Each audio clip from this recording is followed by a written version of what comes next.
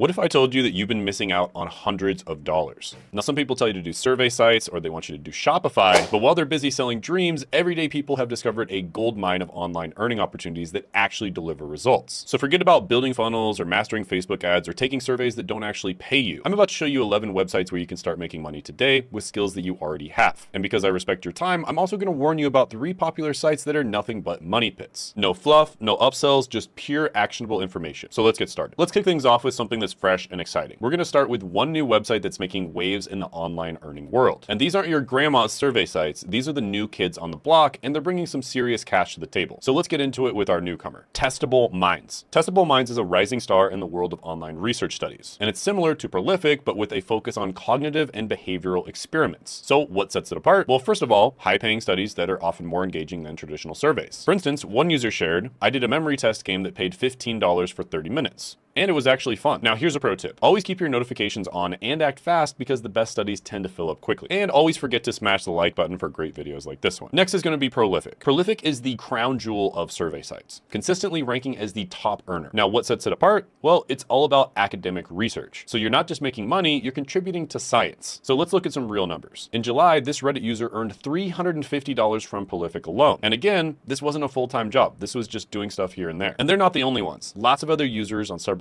such as Beer Money report that they made something like $398 or $249 and many other examples. Now that's some serious cash for just answering questions. Now, a pro tip here is to get the best paying surveys, always keep your profile updated and regularly check for new studies. Now, most people look for little ways to make money online, maybe a side gig or some quick cash ideas, but one Redditor took it a step further. This is a nurse who decided to pivot entirely, completing the Google IT support certificate on Coursera. And in a short amount of time, she went from bedside care to a thriving career in medical software support. And it's proof that with the right skills and tools, what starts out as a side hustle search could turn into a whole new career. So why not see where it could take you today? Check out Coursera today and start building your future. It's completely free for the first 7 days. Many of the certificates you can actually audit completely free. And even if you do decide to get the certificate, it's only about $40 to $50 a month. So check it out. I'll put it down in the description and the pinned comment below. Because making a steady income from an actual career is probably going to be a little bit better than making a little bit of money here and there from survey sites. Now the next one is going to be Amazon Mechanical Turk, or MTurk. And MTurk is Amazon's microtask platform. And it's a beast in the online earning world. Now, it's not the easiest to get started with, but the potential is huge. In fact, this is one of the ones on the list where you could potentially make a full-time income from it. However, many users report all the time that they make something like $114 or $149 per month. And while these numbers might not seem huge, some users do report earning over $1,000 a month once they get the hang of it. Now, the key to MTurk success: scripts and consistency. Use browser extensions like the MTurk suite to catch the best hits, and don't get discouraged if earnings are low at first. It's a slow burn, but it pays off. Next is going to be Swagbucks, and this is kind of like the Swiss Army knife of the online earning world. And it's not just a survey site, it's a fully fledged rewards platform. And you can earn by, of course, taking surveys, but also watching videos, playing games, and shopping online, or even just searching the web. And in July, for instance, this Reddit user reported earning $110 on Swagbucks, and they bumped that up to $146 in August. But here's where it gets interesting. Some users report earning $300+ per month on Swagbucks. How? By mastering the art of offer stacking. Now, a pro tip here is to keep an eye out for high-paying offers, especially around the holidays. And don't forget to use Swagbucks as your default search engine because those points add up. Now, speaking of diverse income streams, if you want to stand out in the remote job market, listen up. I made a guide called the 6-Step Remote Work Portfolio website you can build in a weekend. And this is here to help you land a remote job. It's completely free, and it's exactly the same tips that I teach people that have actually landed remote jobs in as little as 7 days. And it's a perfect complement to the money-making sites that we've discussed today. So click the link in the description below to get started on your portfolio website. Next is going to be user testing. And if you've got opinions, and who doesn't,